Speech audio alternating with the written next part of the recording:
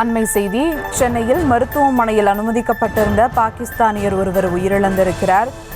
கூடுதல் விவரங்களோடு இணைகிறார் செய்தியாளர் சுதர்ஷன். வணக்கம் சுதர்ஷன், விவரங்கள்.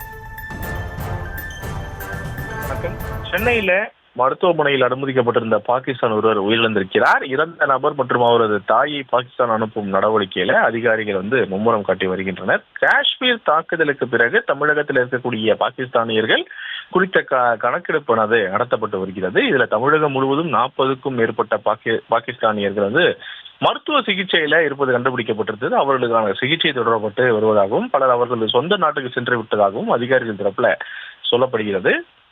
இந்த நிலையில சென்னை அமைந்தக்கரை நெல்சன் மாணிக்கம் சாலையில் இருக்கக்கூடிய இந்த தனியார் மருத்துவமனையில பாகிஸ்தான் நாட்டிலிருந்து மருத்துவ சிகிச்சைக்காக ஒரு தாய் மற்றும் மகன் ஆகியோர் சென்னை தங்கி சிகிச்சை மேற்கொண்டு வந்திருக்கிறார்கள்.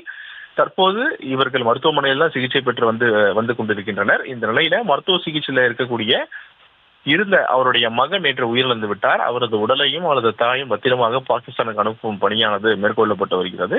சென்னையிலிருந்து இதுவரை இருவர் மட்டுமே மருத்துவ சிகிச்சை காரணமாக தங்கியிருந்த நிலையில அவர்களில் ஒருவர் உயிரிழந்த நிலையில இன்று உயிரிழந்த நபரின் உடலையும் அவரது தாயாரையும் விமானம் மூலமாக அவர்களுடைய சொந்த நாட்டிற்கு அனுப்பும் பணியானது மேற்கொள்ளப்பட்டு வருவதாக அதிகாரி தரப்புல சொல்லப்படுகிறது.